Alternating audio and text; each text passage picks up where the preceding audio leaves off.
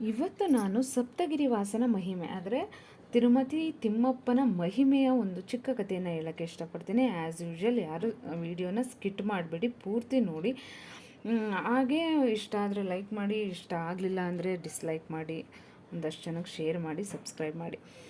ಅಂದರೆ ಸಪ್ತಗಿರಿ ಗಿರಿವಾಸ ವೆಂಕಟಾಚಲಪತಿ ತಿರುಪತಿ ತಿಮ್ಮಪ್ಪ ಅವನ ಸನ್ನಿಧಾನದಲ್ಲಿ ಒಬ್ಬ ಬಡವ ಅಂದ ಅಲ್ಲಿ ಕೆಲಸ ಮಾಡ್ತಿರ್ತಾನೆ. ಅವನ ಕೆಲಸ ಏನು, ಕಸ ಗುಡಿಸೋದು, ಅಲ್ಲಿ ಸಾರಿಸೋದು, ಅಥವಾ ಅಲ್ಲಿ ಹೂವನ್ನು ಕಟ್ಟೋದು ಮುಖ್ಯ ಕಸುಬು ಅವನದು. ಅಂದರೆ ಅಲ್ಲಿ ಅದು ಕೆಲವೊಂದು ಸನ್ನಿಧಾನಗಳಲ್ಲಿ ಅಲ್ಲೇ ಹೂವನ್ನು ಕಟ್ಟಿ ದೇವರಿಗೆ ಮಾಲೆಯನ್ನು ಮಾಡಿ ಅರ್ಪಿಸ್ತಾರೆ. ಅಂಥ ಕೆಲಸವನ್ನು ಅವನು ಮಾಡ್ತಾ ಇರ್ತಾನೆ. ಅವನು ಅಂದ ಮತ್ತು ಬಡವ, ಅವನಿಗೆ ಯಾರೂ ಇರಲಿಲ್ಲ, ಅವನೆಲ್ಲ ಇದ್ದಿದ್ದೆಲ್ಲ ದೇವಸ್ಥಾನದಲ್ಲೇ.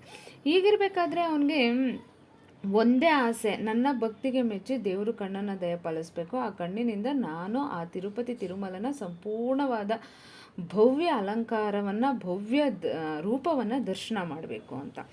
ಹೀಗೆ ಇರಬೇಕಾದ್ರೆ ಒಂದ್ಸಲಿ ಆ ತಿರುಪತಿ ತಿರುಮಲದಲ್ಲಿ ಹಬ್ಬದ ಸಂಭ್ರಮ. ಎಲ್ಲಿ ನೋಡಿದ್ರು ಪುರೋಹಿತರು ಅವರು ಇವರು ಎಲ್ಲ ಸಂಭ್ರಮದಿಂದ ಓಡಾಡ್ತಿರ್ತಾರೆ. ಈ ಅಂದ ಕೇಳ್ತಾನೆ, ಯಾಕೆ ಇಷ್ಟೊಂದು ಎಲ್ಲ ಓಡಾಡ್ತಿದ್ದಾರೆ, ಏನು ಸಮಾಚಾರ ಅಂತ ಕೇಳಿದಾಗ ಅವ್ರು ಹೇಳ್ತಾರೆ, ರಾಜ ಒಡೆಯರು ಅಂದರೆ ಮೈಸೂರಿನ ರಾಜ ಒಡೆಯರು ದೇವರ ದರ್ಶನಕ್ಕೆ ಬರ್ತಿದ್ದಾರೆ, ಹಂಗಾಗಿ ಇಷ್ಟೆಲ್ಲ ಸಂಭ್ರಮ ಅಂತ ಅರ್ಚಕರು ಹೇಳೋದಲ್ದೇ ಇನ್ನೂ ಒಂದು ಕಥೆನೇ ಹೇಳ್ತಾರೆ. ಈ ಕಥೆನ ನಾನು ಈ ಮುಂದಿನ ವಿಡಿಯೋದಲ್ಲಿ ಹೇಳ್ತೀನಿ ಇದು ಏನು ಕತೆ ಅಂತ. ಅಂದರೆ ರಾಜ ಒಡೆಯರಿಗೆ ಒಂದು ವಿಷವನ್ನು ಹಾಕ್ಬಿಟ್ಟಿರ್ತಾನೆ ಒಬ್ಬ ಪಾಳೆಗಾರ, ವಿಷವನ್ನು ಹಾಕಿರ್ತಾನೆ. ಆ ತೀರ್ಥದಲ್ಲಿ ವಿಷವನ್ನು ಕೊಟ್ಟಿರಲಾಗಿರುತ್ತೆ. ಆ ತೀರ್ಥವನ್ನು ಕುಡಿದ್ರೂ ಸಹ ರಾಜ ಒಡೆಯರು ಬದುಕುಳಿದಿರ್ತಾರೆ. ಆ ಕಥೆಯನ್ನು ಸಹ ಹೇಳ್ತಾನೆ ಅವನಿಗೆ.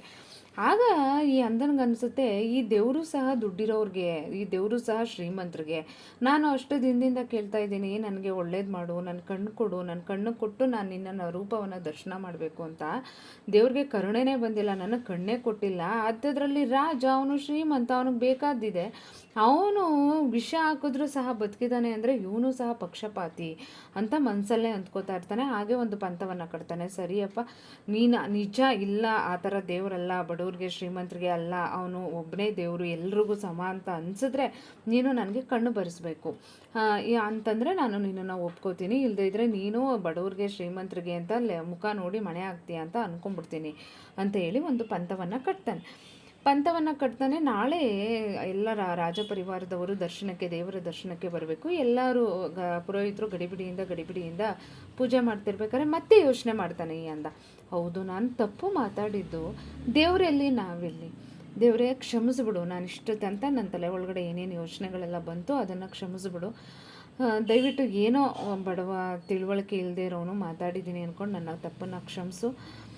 ನಾವು ಮಾಡಿದ್ದು, ನಾವು ಕೇಳ್ಕೊಬಂದಿದ್ದು ಅಂತ ಅಂದ್ಕೊಂಡು ಯೋಚನೆ ಮಾಡ್ತಿರ್ತಾನೆ. ಅದೇ ನಮಗೆ ಪುರೋಹಿತರು ಬರ್ತಾರೆ, ಹಾರವನ್ನು ಕೊಡು, ತುಳಸಿ ಹಾರವನ್ನು ಕೊಡು, ದೇವರಿಗೆ ಸಂಪೂರ್ಣ ಅಲಂಕಾರ ಮುಗಿದಿದೆ, ಈಗ ತುಳಸಿ ಹಾರವನ್ನು ಹಾಕ್ಬಿಟ್ರೆ ದೇವರ ಅಲಂಕಾರ ಸಂಪನ್ನ ಆಗುತ್ತೆ, ಮಂಗಳಾರತಿಯನ್ನು ಮಾಡ್ಬೋದು ಅಂತ.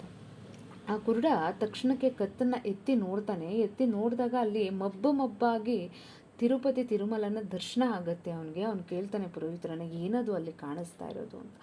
ಪುರೋಹಿತರು ಹೇಳ್ತಾರೆ, ನೀನು ಇಷ್ಟು ದಿನ ತನಕ ಯಾರನ್ನ ಕಣ್ತುಂಬ ನೋಡಿ ಆನಂದಿಸ್ಬೇಕು ಅಂತ ಅಂದ್ಕೊಂಡಿದ್ಯೋ ಅದೇ ರೂಪ ಅದು, ಅದೇ ದೇವರ ಮೂರ್ತಿ ಅದು, ನೀನು ಕಣ್ಣು ತುಂಬ ನೋಡು, ಕಣ್ಣು ಅಗಲ ಮಾಡಿ ನೋಡು, ಬಿಟ್ಟು ಕಣ್ಣು ಬಿಟ್ಟಂಗೆ ನೋಡು ನೋಡು ನೋಡು ನೋಡು ಅಂತ ಹೇಳ್ತಾ ಇರ್ತಾರೆ. ಆ ದಿವ್ಯ ಏನು ಅಲಂಕಾರದ ಮಹಿಮೆಯನ್ನು, ದಿವ್ಯ ರೂಪವನ್ನು ನೋಡಿ ಅವನು ಕಣ್ಣು ತುಂಬ್ಕೋತಾನೆ.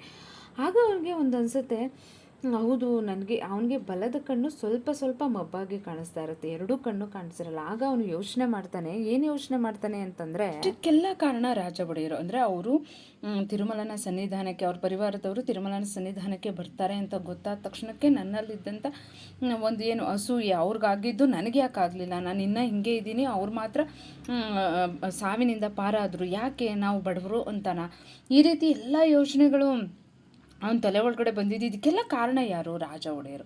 ಸೊ ಹಂಗಾಗಿ ಅವರ ದರ್ಶನ ಭಾಗ್ಯ ಸಿಕ್ಕಿದ್ರೆ ಎಷ್ಟು ಚೆಂದ ಇರುತ್ತೆ ಅಂತ.